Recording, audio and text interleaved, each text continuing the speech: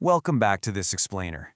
Since you're already up to speed on the foundational stuff, state assemblies, jural assemblies, court officers, we're going to jump straight into the actual administrative bedrock of these civic structures. We're looking at the true machinery that makes these bodies function in a recognizable, legally binding way. Yep, we're talking about the paperwork, the evidence, and the archives, the creation and preservation of public records. Let's dive in. To make sense of these complex workflows, we're following a foundation-to-function structure today. We'll be hitting 5 key areas. First, the nature of public records.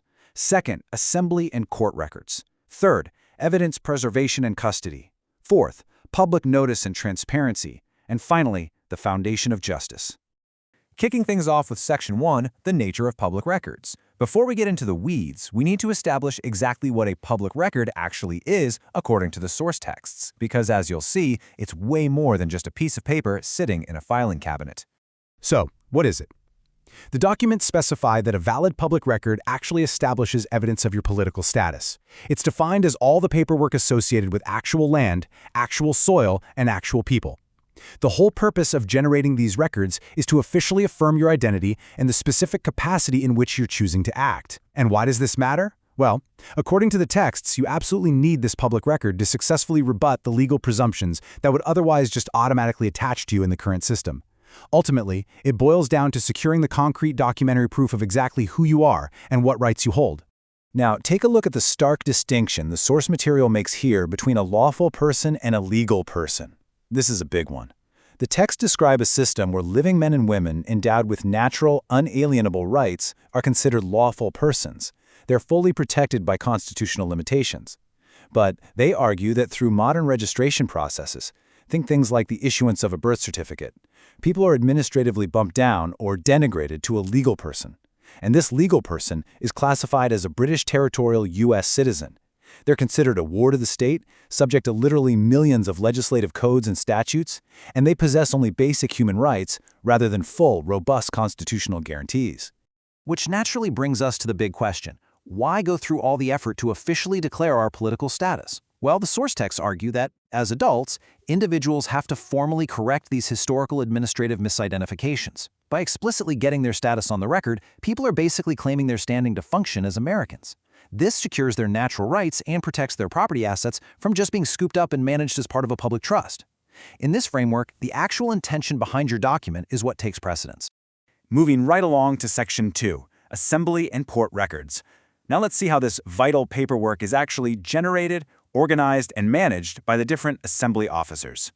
As you can kind of see here, the administrative burden is pretty massive. The texts make it super clear.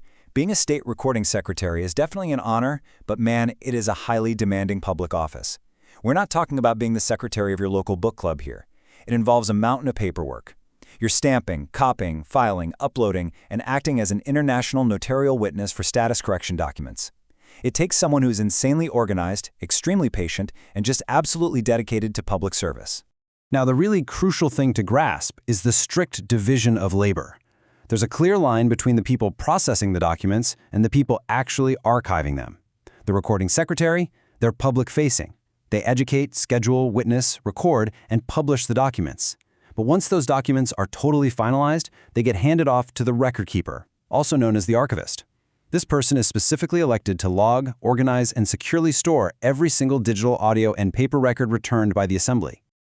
And this breakdown perfectly illustrates the separation between administrative assembly documents and court records. They are not the same thing. Assembly records cover the day-to-day operations. We're talking meeting minutes, assembly schedules, baby deeds, and those status corrections we mentioned.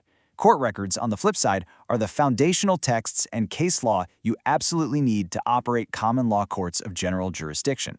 This includes vital historical resources, things like Bouvier's Common Law Dictionary and American Jurisprudence 2D.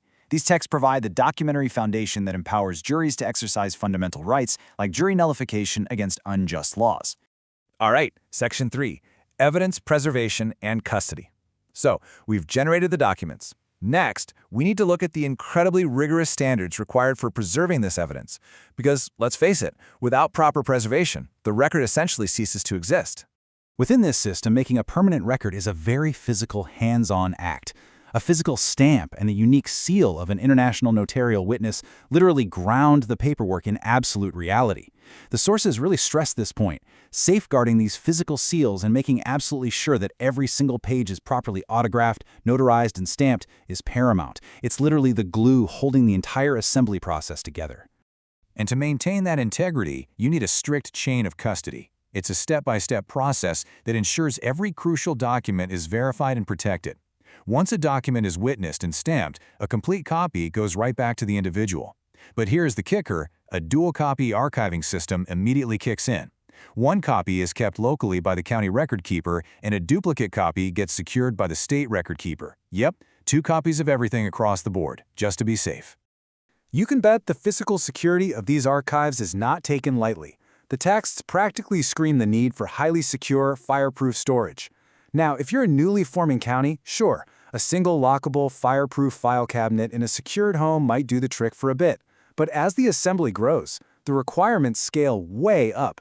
We're talking large fireproof vaults or dedicated, highly secure storage facilities. Just think about how much human history vanished when the Library of Alexandria burned down. In this framework, the loss of these physical records is literally the loss of the public memory. That's exactly why these strict retention protocols are completely non-negotiable.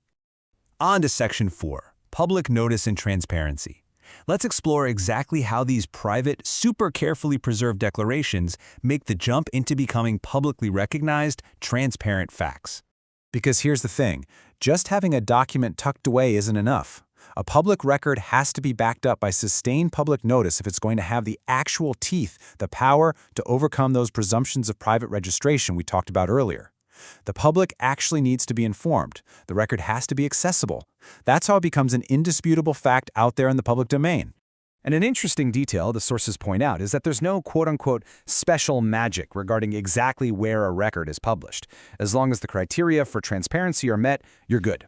So whether it's published via the Assembly Land Recording Office, the International Land Recording Publishing Service, or even just through sustained publication in a local newspaper with decent distribution, it's all entirely valid.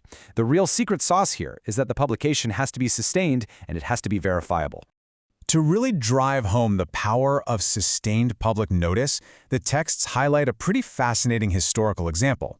They detail a major international public notice regarding the state of the American government that went through a grueling 7-year period of due process, from 2007 all the way to 2014. During those 7 years, the facts were just exhaustively published, presented, tracked, and confirmed. And because of that unyielding level of public transparency, the sources state that these facts were eventually independently verified by major international bodies. We're talking the justices of the World Court and the Vatican Chancery Court. Pretty wild, right? Finally, Section 5, the foundation of justice. Let's pull back a bit and connect all these administrative workflows, the witnessing, the archiving, the publishing, back to the macro-level impact on justice and the law itself. You'll notice the source material heavily references foundational military and civil frameworks, especially the 1863 Lieber Code.